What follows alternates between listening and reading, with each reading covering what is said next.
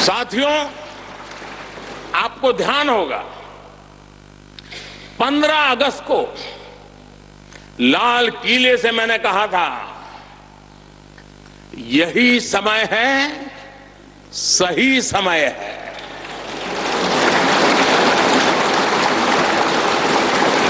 हर देश के इतिहास में ऐसा समय आता है जब देश की चेतना नए सिरे से जागृत होती है।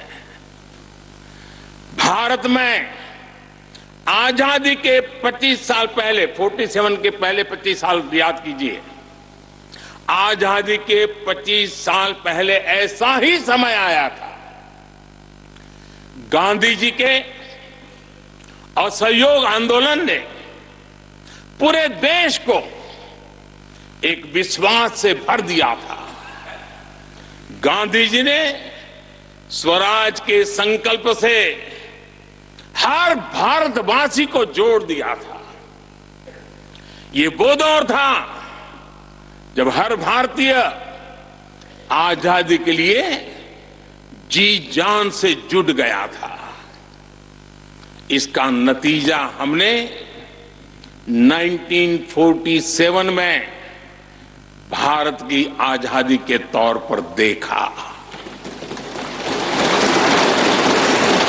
आजादी का ये अमृतकाल भी भारत के इतिहास का ऐसा ही पड़ाव है। आज से 25 साल बाद भारत अपनी आजादी के 100 वर्ष पूरे करेगा। हमारे पास भी 25 वर्ष का अमृत कालखंड है। इन 25 वर्षों में हमें मिलकर भारत को विकसित राष्ट्र बनाना है।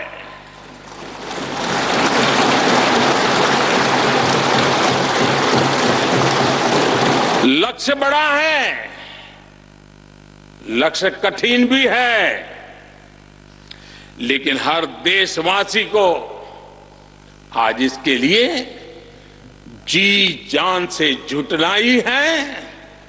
नए प्रण लेने हैं, नए संकल्प लेने हैं, नई गति पकड़नी है।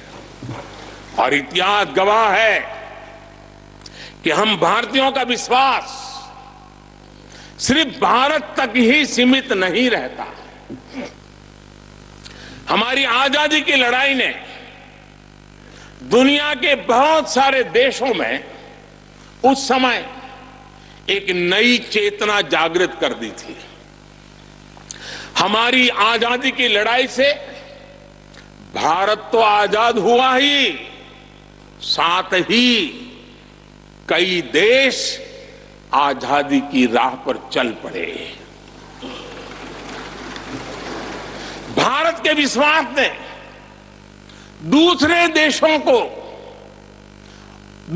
देशों के विश्वास को सहारा दिया था। और इसलिए भारत जैसा विविधता से भरा देश, इतनी बड़ी आबादी वाला देश, इतनी सारी चुनौतियों से लड़ने वाला देश जब एक विश्वास के साथ आगे बढ़ता है तो इससे दुनिया के अनेक देशों को प्रेरणा भी मिलती है।